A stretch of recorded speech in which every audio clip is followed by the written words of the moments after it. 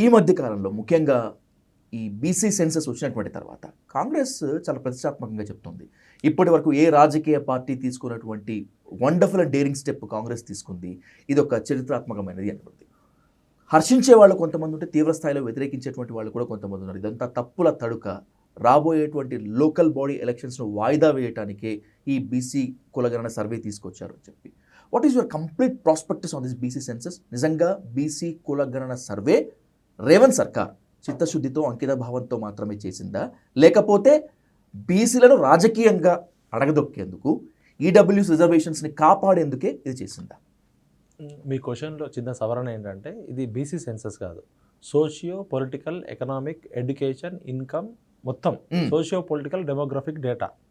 అయితే కొంచెం మనం ఇది చాలా కీలకమైన సబ్జెక్ట్ కాబట్టి 1871 ఓకే, బ్రిటిష్ వాళ్ళు అసలు ఈ భారతదేశాన్ని తమ అడ్మినిస్ట్రేషన్లోకి తీసుకోవాలంటే ఈ దేశంలో ఉన్న వాస్తవ పరిస్థితులు అంచనా వేయడానికి జనాభా లెక్కలు తీశారు. సబ్జెక్ట్ టు కరెక్షన్ 1891 నుంచి 1931 వరకు ప్రతి సంవత్సరం ప్రతి 10 ఇయర్స్కి ఒకసారి డేటా చేసుకుంటూ వచ్చి 1931 వరకు కూడా క్యాస్ట్ సెన్సస్ చేసారు.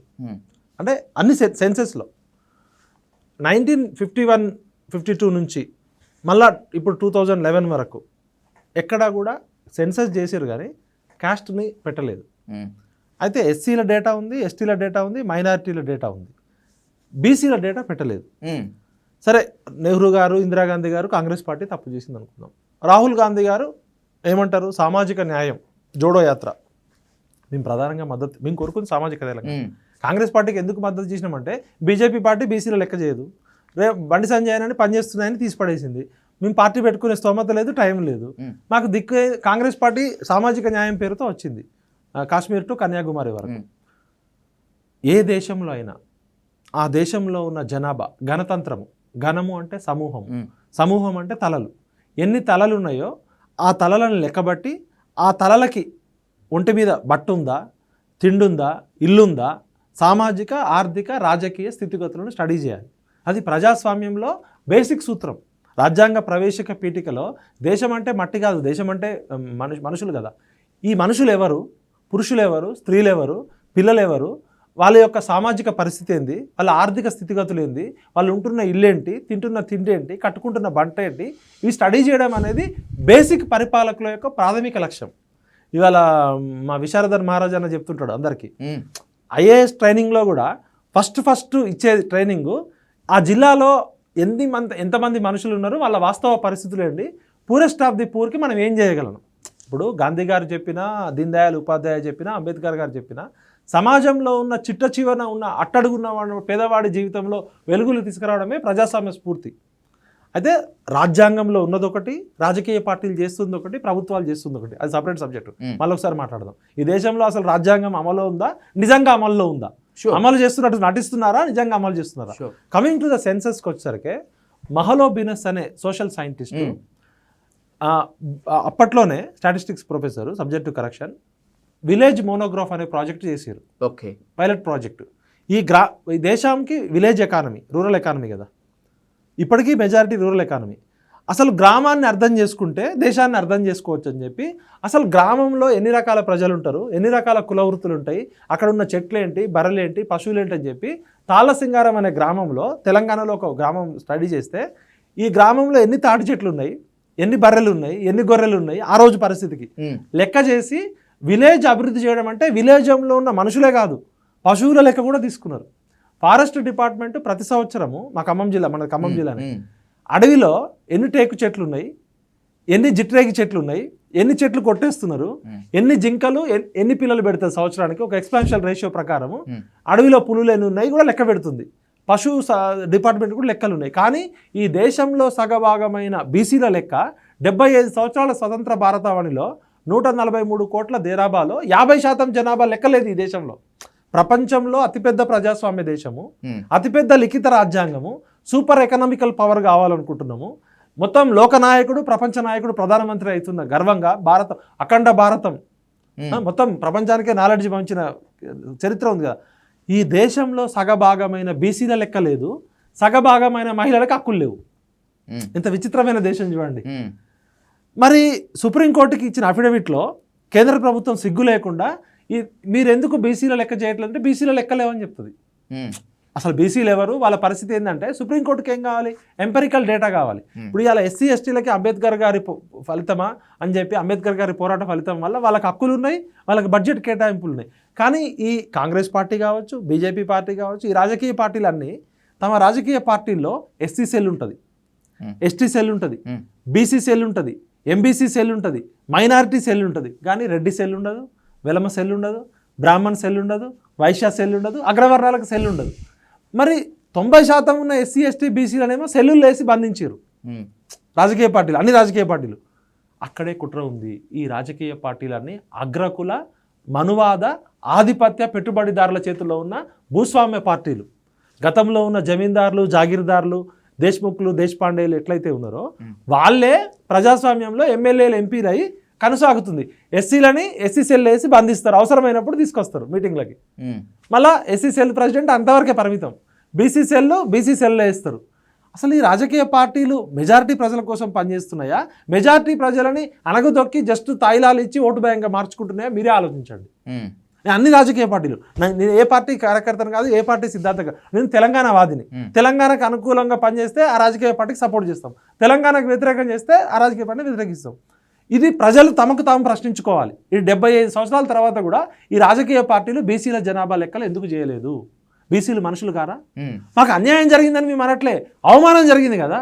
ఓకే, ఈ దేశ సంపదలో ఈ కుల వృత్తులు బీసీలు అంటే బ్యాక్వర్డ్ క్లాసే కాదు కదా, బ్రిలియంట్ అండ్ క్రియేటివ్ కమ్యూనిటీస్ కదా. ఈ నాగరికతలో కుమ్మరి కుండలు చేయకపోతే, చాకలి బట్టలు ఉతకపోతే, మంగలి క్షవరం చేయకపోతే మేమంతా కుల వృత్తులం కదా గ్రామీణ ప్రాంతాల్లో. ఈ దేశ సంపదకి మూలవాసులం కదా, ఈ దేశ సంపదకి ఉత్పత్తి ఇచ్చిన వాళ్ళం కదా. మరి మా లెక్కలు చేయకుండా మమ్మల్ని మనుషులుగా కూడా గుర్తించకపోతే మేము ఏమైపోవాలి? 75 కోట్ల మంది జనాభా లెక్క లేదంటే ఏం ప్రభుత్వాలు, ఏం నాగరిక సమాజము, ఏం ప్రజాస్వామ్యం అనుకోవాలి? అటువంటి దశలో రాహుల్ గాంధీ గారు క్యాస్ట్ సెన్సస్ చేసినందుకు ధన్యవాదాలు, చేసిన సాహసోపేతమైన నిర్ణయం తీసుకున్నందుకు ధన్యవాదాలు. బట్ 14 నెలల సమయం తర్వాత ఈరోజు మనం మాట్లాడుకుంటున్నాం కదా, కేసీఆర్ గారు ఏం చేశారు? సమగ్ర కుటుంబ సర్వే 2014, బొంబాయిలో ఉన్నోడు రావాలి, బొగ్గుబాయిలో ఉన్నోడు రావాలి, దుబాయ్లో ఉన్నోడు రావాలి, రాకపోతే మీరు చచ్చిపోయినట్టే. ఒకటే రోజు సమగ్ర కుటుంబ సర్వే చేసి డేటా పెట్టుకున్నారు కదా. ఇప్పుడు 2014లో చేసారు, ఇప్పుడు 10 సంవత్సరాలు అయింది కదా. కేసీఆర్ గారు ఆ డేటా ఎందుకు బయట పెట్టలేదు? తన రాజకీయ అవసరాల కోసం ఏ కులాన్ని ఎట్లా విడగొట్టాలి, ఏ కులాన్ని ఎట్లా పడగొట్టాలని ఓటు బ్యాంకు రాజకీయాలు చేసిందని రేవంత్ రెడ్డి గారు, కాంగ్రెస్ పార్టీ అందరం తిట్టాం. సమగ్ర కుటుంబ సర్వే ప్రజల డబ్బుతో చేసిన సర్వేనే కదా. అవును. మరి రేవంత్ రెడ్డి గారు వచ్చినాక ఏ విధంగా అయితే ప్రగతి ఫామ్ హౌస్ ప్రజాపాలన అని పెట్టిర్రో, ఆ జ్యోతిరావు పూలే భవనం అని పెట్టినందుకు హ్యాట్స్ ఆఫ్.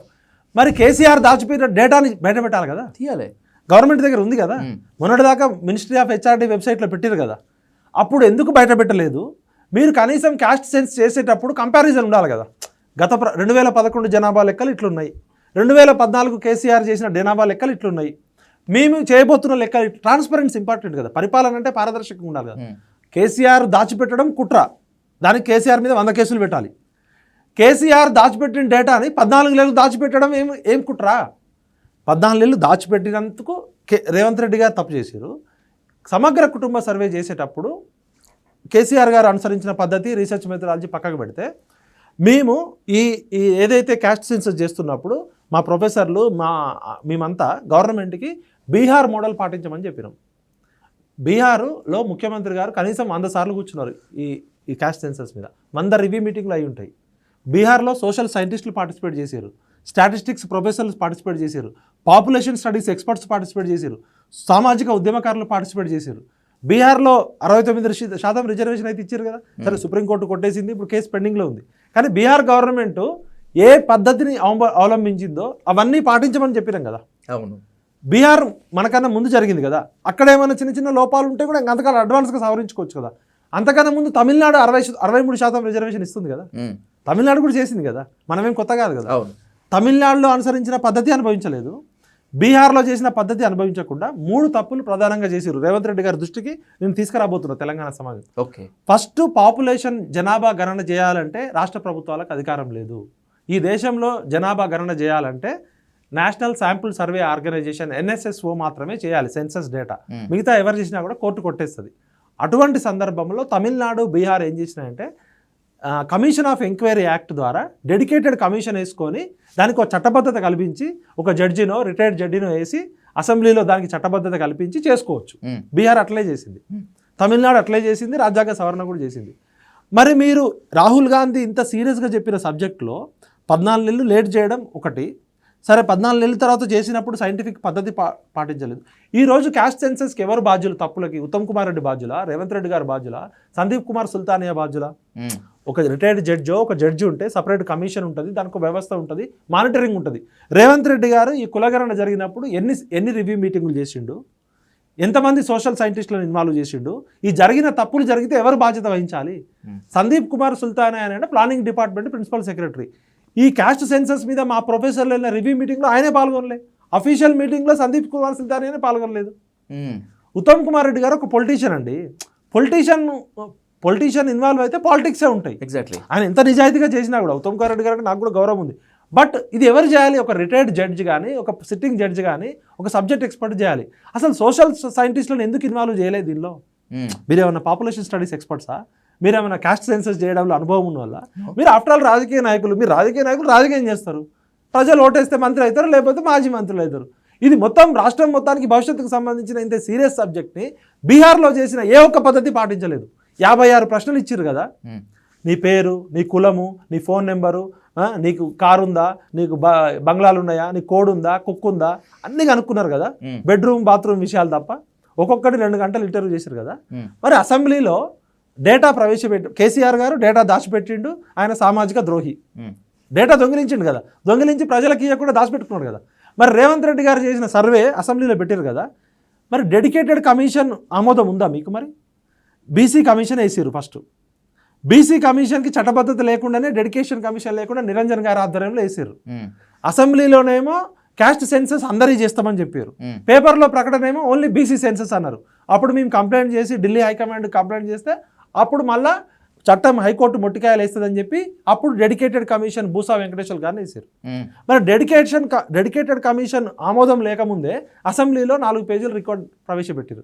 ఆ 6 పేజీల రిపోర్ట్లో 4 పేజీలు ఏముందంటే మీరు చదవండి. మీరు ఎప్పుడెప్పుడు మీటింగ్లు జరిగినాయి, ఎక్కడెక్కడ మీటింగ్లు జరిగినాయి, ఎప్పుడు చాయ్ కాఫీలు తాగినాము, ఆ క్లరికల్ ఇన్ఫర్మేషన్ అంతా ఇచ్చారు. 2 పేజీలలో ఓసీలు ఇంత, బీసీలు ఇంత, ఎస్సీలు ఇంత, ఎస్టీలు అనేది ఇచ్చారు. మరి బీసీలలో ఏ కులం ఎంత ఉందో చెప్పాలి కదా, కాస్ట్ సెన్సస్ కదా కావాల్సింది, అదే కదా. ఇప్పుడు రాహుల్ గాంధీ మొత్తుకునేది ఏంది? బీసీలకు అన్యాయం జరిగింది, బీసీలు 90% మంది నష్టపోతున్నారు, ఎస్సీ ఎస్టీ బీసీలు 90% ఉందని రోజు మొత్తుకుంటున్నాడు కదా. ఇది Telangana Congress party role model pilot project కదా, దేశానికి మోడల్ అని చెప్తున్నారు కదా. మరి ఎందుకు అసెంబ్లీలో రేవంత్ రెడ్డి గారు బీసీలో ఎన్ని కులాలు ఉన్నాయి లెక్క చెప్పలేదు? మరి రెడ్లు ఎంతమంది ఉన్నారు, బ్రాహ్మణులు ఎంతమంది ఉన్నారు, వైశ్యాస్ ఎంతమంది ఉన్నారు లెక్క చెప్పలేదు. మరి ఎంతమంది మన క్వశ్చనీర్లో రాజకీయ పార్టీలు అడిగారు కదా, మీరు వార్డు మెంబర్ ఉన్నారా, మీ ఇంట్లో సర్పంచ్ ఉన్నారా, జెడ్పీటీసీ ఉన్నారా, మీ గతంలో ఎవరైనా రాజకీయ పదవులు అనుభవించారా, అన్నీ అనుకున్నారు కదా.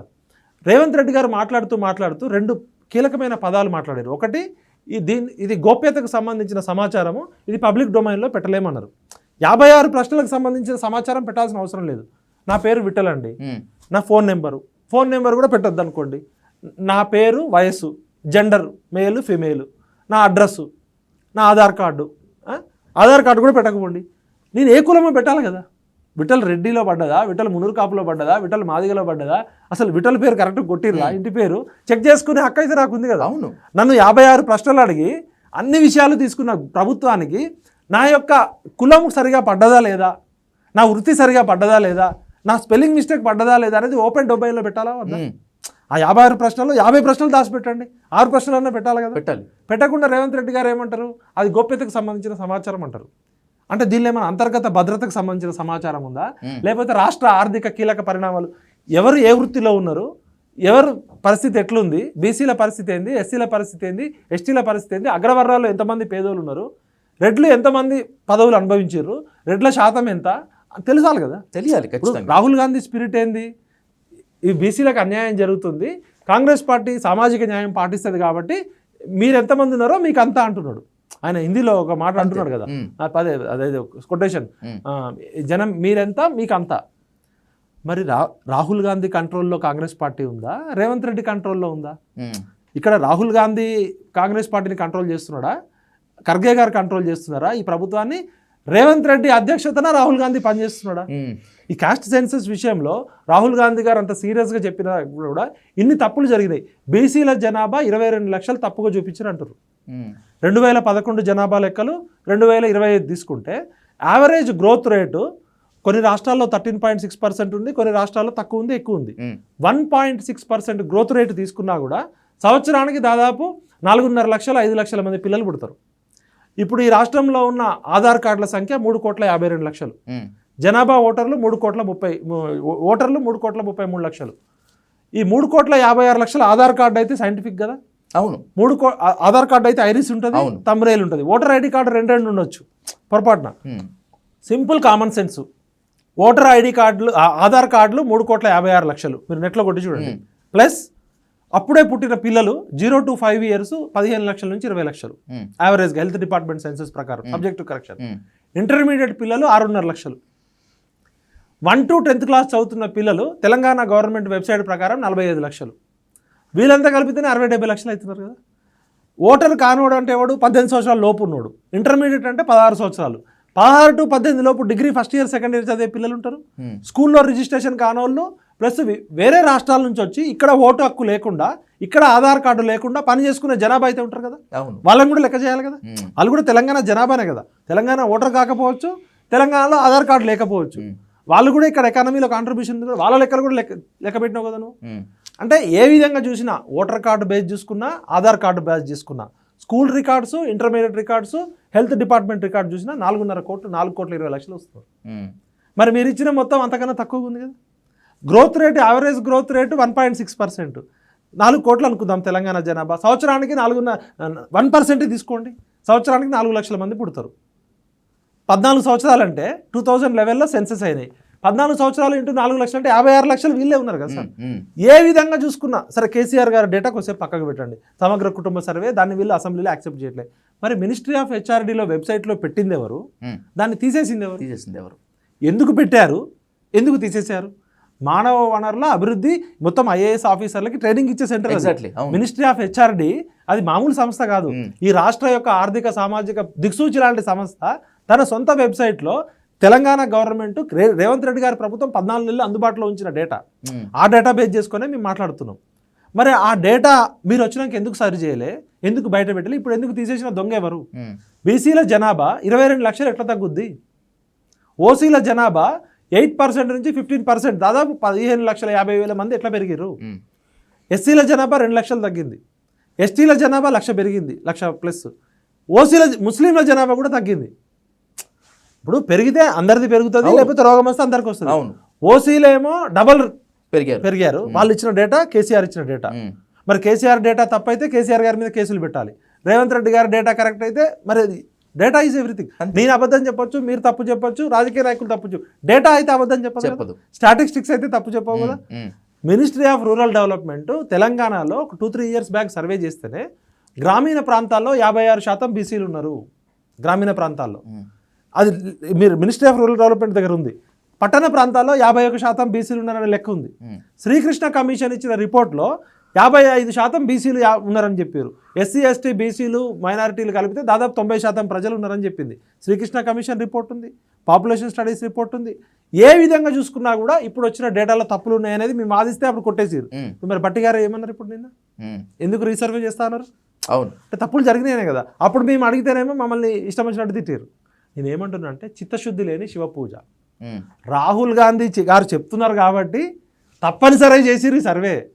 ఏ అగ్రకుల పాలకులకి, అది రేవంత్ రెడ్డి అయినా, రేపు నేను అక్కడ విఠల్ రెడ్డి అయినా, ఇంకో విఠల్ రావు అయినా, ఏ అగ్రవర్ణ పార్టీలకు కూడా బీసీల లెక్క బయట పెడితే వాళ్ళ బొక్కలు బయటపడతాయి అనేది స్పష్టం. వాళ్ళు ఉన్నది పిడికెడు మంది అనుభవిస్తుంది.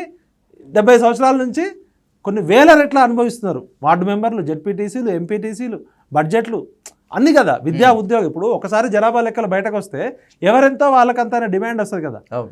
బడ్జెట్ 75 సంవత్సరాలు అన్యాయం జరిగింది, రాజకీయ పదవులు అన్యాయం జరిగింది. ఈ అన్యాయాన్ని ఇంకా కొనసాగించాలనుకుంటున్నారు. రాహుల్ గాంధీ చెప్పిన దానికి, రేవంత్ రెడ్డి గారు బయటపెట్టిన దానికి ఇంత సీరియస్ సబ్జెక్టు, బీహార్లో 100 రివ్యూ మీటింగ్లు అయిన సబ్జెక్టుకి రేవంత్ రెడ్డి గారు ఎన్ని రివ్యూ మీటింగులు చేశారు? దీనికి బాధ్యులు ఎవరు? ఈ తప్పులకి ఉత్తమ్ కుమార్ రెడ్డి గారు రాజీనామా చేస్తారా? సందీప్ సుల్తాన్ డిస్మిస్ చేస్తారా? రేవంత్ రెడ్డి గారు బాధ్యత వహిస్తారా? బట్టి విక్రమార్క గారు బాధ్యత వహిస్తారా? ఇది రాహుల్ గాంధీ తెలుసుకోవాలి. ఉమ్, రాహుల్ గాంధీ గారి చేతిలో రేవంత్ రెడ్డి గారు ఉన్నారా, రేవంత్ రెడ్డి గారి చేతిలో రాహుల్ గాంధీ ఉన్నారా, లేకపోతే ఇద్దరు కలిసి తెలంగాణ ప్రజల్ని పిచ్చోళ్ళని చేస్తున్నారా? ఉమ్, తమిళనాడులో 69% రిజర్వేషన్ ఉంది కదా, బీహార్లో 63% ఉంది కదా, అవును. ఇక్కడ 60% పైగా బీసీలు ఉన్నారని మీరే చెప్తున్నారు కదా. ఉమ్, మరి అంటే బీసీలు అంటే బ్యాక్వర్డ్ క్లాస్ కాదు, brilliant and creative communities, brave communities. Um, మరి అలాంటిది ఇంకెంతకాలం ప్రజాస్వామ్యం పేరుతో పిడికడి మంది దొరల చేతిలో ప్రజాస్వామ్యాన్ని బందీ చేస్తారు? ఉమ్, అదే కదా. ఇప్పుడు రేవంత్ రెడ్డి గారు మంచి చేసినప్పుడు మేము స్కిల్ యూనివర్సిటీ పెట్టినప్పుడు సపోర్ట్ చేసినాం. రేవంత్ రెడ్డి గారు వ్యక్తిగతంగా మాకేం దేశం కాదు కదా. ఉమ్, కేసీఆర్ గారు తప్పు చేసినప్పుడు ప్రశ్నించినాం, రేవంత్ రెడ్డి గారు మంచి చేసినప్పుడు హ్యాట్స్ ఆఫ్ చెప్తాం. ఇప్పటికి కూడా ఇప్పటికైనా సవరించుకోండి. I conclude with one important question Vittal garu. ఇప్పుడు బీసీల ఉద్యమం ఒక తారాస్థాయికి చేరుకునేటువంటి సిచ్యువేషన్గా వస్తుంది. మాకు కూడా వాటా కావాలి, మాకెందుకు వాటా ఇవ్వరు అనేటువంటి ప్రశ్న తలెత్తుంది. అఫ్కోర్స్ వ్యక్తులు వేరు కావచ్చు, ఏదైనా కావచ్చు. ఏంటి ఇప్పుడు ఈ బీసీ ఉద్యమము తెలంగాణలో ఎంత కీలకం కాబోతుంది? అసలు మీరు దాన్ని బీసీ ఉద్యమం అనడం రాంగ్. సామాజిక తెలంగాణ ఉద్యమం మొదలైంది. ఓకే. ఫేజ్ 1 భౌగోళిక ఉద్యమం, ఫేజ్ 2 సామాజిక తెలంగాణ. దానిలో భాగంగా ఇవాళ ఎస్సీ వర్గీకరణకు మేము సపోర్ట్ చేస్తున్నా, బీసీ సెన్సెస్కి సపోర్ట్ చేస్తున్నా, తెలంగాణ ప్రజల ఆకాంక్షలకు అనుగుణంగా కేసీఆర్ గారు అభివృద్ధి చేసి ఉండొచ్చు, సంక్షేమ పథకాలు ఇచ్చి ఉండొచ్చు, కానీ అసలైన సామాజిక తెలంగాణ సూత్రాన్ని మర్చిపోయాడు. అది అనగదొక్కబడిన 10 సంవత్సరాల ఉప్పెనలాగా లేస్తుంది. దీన్ని ఆపే శక్తి భూమి మీద ఎవరికి ఉండదు, గుర్తుపెట్టుకోండి. అది ఎందుకంటే సుదీర్ఘంగా 52 మొదలైన ఉద్యమము భౌగోళిక తెలంగాణ కేసీఆర్ పరిపాలన తర్వాత ఇవాళ బీసీలలో పెళ్ళుబెత్తున్న లావాలాగా పెళ్ళుబెత్తున్న ఉనికి అది ఏ ఒక్క నాయకుడో ఏ సంఘాలో బీసీ సంఘాలు కాదు, ప్రతి ఒక్క బీసీ ఫీల్ అవుతున్నాడు. ఈ తెలంగాణ నాది, ఈ తెలంగాణలో నా గౌరవం ఏంది, నా లెక్క ఏంది. మీరు లెక్కలే ఇయ్యనప్పుడు హక్కులేమి ఇస్తారు? మీరు మా జనాభా కోటానే చెప్పనప్పుడు వాటా ఎట్లా ఇస్తారు? సమాజంలో జరిగే సంఘర్షణ అంతా వాటాల కొట్లాట. అసలు వాటాలు పంచడము, రిజర్వేషన్లు ఇవ్వడం తర్వాత సంగతి. మమ్మల్ని మనుషులుగా కూడా లెక్క తీయట్లే కదా. మిమ్మల్ని మాకు అన్యాయం జరిగిందా, న్యాయం జరిగిందా తర్వాత అవమానిస్తున్నారు కదా, బతికున్న వాళ్ళనే చచ్చి పంపిస్తున్నారు కదా. కాబట్టి సామాజిక తెలంగాణ కోసం, అందరి తెలంగాణ కోసం, అభివృద్ధి తెలంగాణ కోసం, ఆనంద తెలంగాణ కోసం, స్వేచ్ఛ, స్వాతంత్రము, స్వయం పాలన కోసం ఖచ్చితంగా ఈ తెలంగాణ ఎప్పుడూ తిరగబడుతూనే ఉంటుంది. అది కేసీఆర్, రేవంత్ రెడ్డి, ఎల్లయ్య, మల్లయ్య, పుల్లయ్య అనేది పట్టించుకోదు. తెలంగాణ నేల ప్రాణాన్ని తృఢప్రాయంగా ఇచ్చేది. మీరు పాలకులు కరెక్ట్గా పాలిస్తే నెత్తినెత్తుకొని ఊరేగుతాం, పాలకులు ఇదే విధంగా పరిపాలిస్తే బండకేసి బాగుతాం బిడ్డ, గుర్తుపెట్టుకోండి.